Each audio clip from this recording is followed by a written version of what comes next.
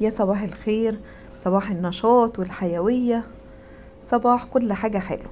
أنا بقول صباح الخير عشان أنا دلوقتي لما كنت بعمل الروتين ده كان تقريبا فاضل نص ساعة والفجر يبدأ. طبعا أنا بعتذر على بشاعة المنظر اللي انتوا شايفينه ده يا جماعة. أنا عارفة المطبخ بتاعي بالشكل ده لا يسر عدو ولا حبيب، بس غصب عني أنا المية قطعت عندي 24 ساعة، يعني يوم كامل. من الفجر لتاني يوم الفجر والمية قطع عندي. فتخيلوا بقى، وللأسف قبليها بيوم أنا لو أعرف طبعا مش هعمل كمية المواعين دي. قبليها بيوم كنت عاملة مكرونة بشاميل، وانتوا عارفين المكرونة البشاميل بقى وكركبتها والحلل بتاعتها والكلام ده كله. المهم المية أول ما جت انا قلت مش هنام النهارده، رغم اني كنت تعبانه قوي، بس قلت يا بت قومي اتشطري كده واتجدعني وما تبيتيش مطبخك بالشكل ده، لاني والله ما كنت ضامنه ممكن تقطع تاني ولا لا. المهم قمت زي الشاطره كده، شغلت الراديو اللي في المطبخ، شغلت اذاعه القران الكريم، وقلت يلا يا نشاط ويلا بسم الله ابدا. وزي ما انتوا شايفين انا المطبخ بتاعي صغير اصلا، يعني ان شاء الله مش هياخد مني مجهود. المهم بدأت بالرخامة الكبيرة، اللي هي مش اللي جنب الحوض، التانية. فضيتها بالشكل ده و... وانا عاملة سائل كده يا جماعة، دايما اللي هو ده، دايما المحلول ده بستخدمه للرخام، للبوتاجاز، ساعات للتلاجة. ده عبارة عن صابون سائل وعصير ليمونة كاملة وشوية خل. الإزازة دي عندي على طول، زي ما انتوا شايفين بسم الله ما شاء الله، بتخلي الرخام أو السيراميك والبوتاجاز بتخليهم زي الفل، يعني منها نظافة ومنها تعقيم كمان. خلصت الرخامة دي ورصيت الحاجة عليها زي ما كانت بالشكل ده، ما خدتش أي وقت خالص طبعا. وزي ما انتوا شايفين بتلمع بجد. لازم تجربوا المحلول اللي أنا عاملاه ده.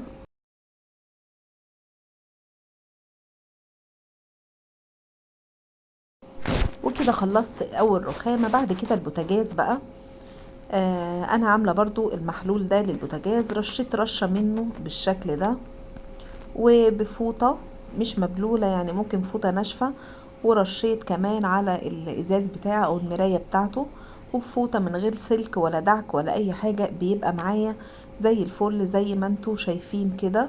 رغم ان كان عليه دهون كتير، وقع عليه زيت، وقع عليه بشاميل، بس نضف جدا من غير زي ما قلت لكم من غير سلك ولا اي حاجه. بس عين البوتاجاز دي طبعا، الحته دي انا اول ما جبت بوتاجاز جديد رشيت عليها باور، كان لسه جديد بكميه صعبه يعني، فاتحرقت من ساعتها وهي باللون ده غير باقي البوتاجاز. خلص معايا البوتاجاز كده في ثواني.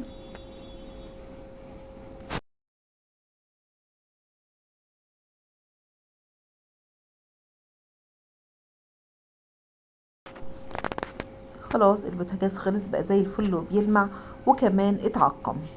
نيجي بقى دي اكتر حاجة بالنسبة لي صعبة قوي، الرخامة اللي عليها المواعين اللي جنب الحوض. طبعا شايفين كمية المواعين، الاطباق والحلل وكوبايات قهوة وفناجيل وكنكات بتاعت قهوة. بجد حاجات صعبة قوي قوي، الله المستعان بقى.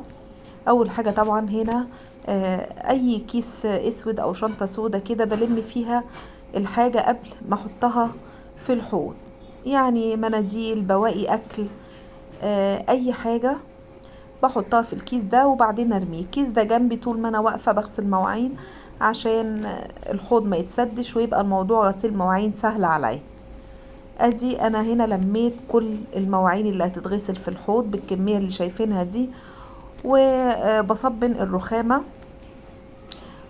اللي هي الناحية اللي عليها المسحوق جنب الحوض برضو، بس بعيد عنه شوية، بنفس السايل بتاعي. انتوا شايفين مجرد ما بحطه وبدعك الرخام دعكة بسيطة كده بيبقى زي الفل وبيلمع، وبتبقى كمان على فكرة ريحته حلوة.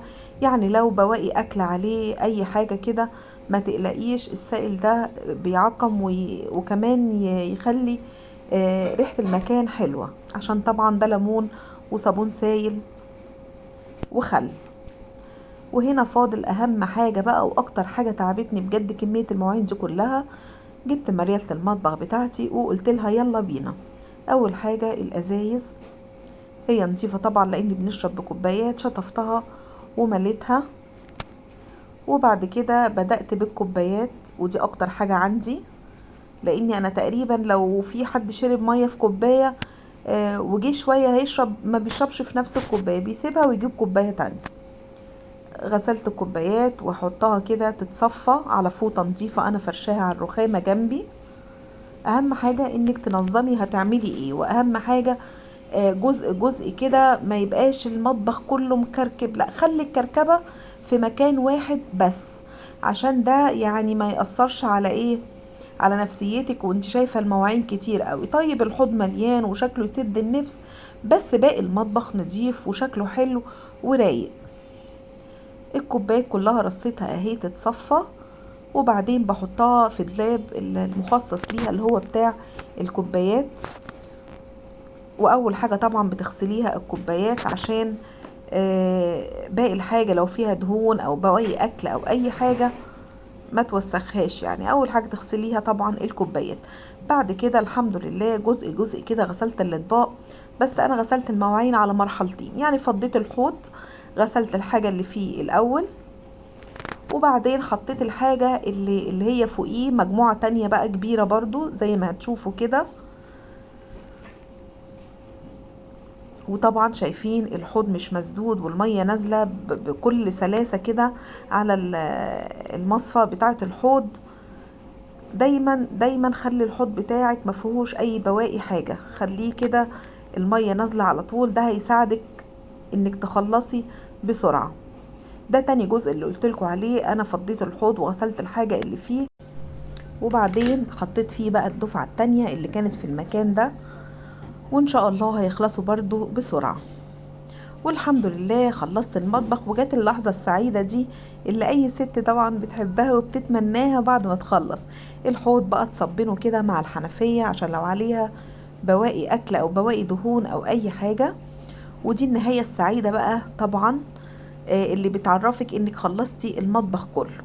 خلصنا المطبخ الحمد لله، ما خدش حاجة والله معايا، بس انا مبسوطة اني ما نمتش وسبته كده، لاني طبعا الصبح هقوم على شغلي، استحالة هسيبه كده وانزل. الحمد لله تم بخير ومع شوية نشاط كده، وما تأجليش حاجة لبكرة، وخلصي حاجتك اول باول. وصدقيني لو سبتي مطبخك يبات نضيف بالشكل ده هتقومي فايقة ورايقة، وهيغير من نفسيتك خالص. اتمنى الروتين يكون عجبكم، واشوفكم في روتين جديد.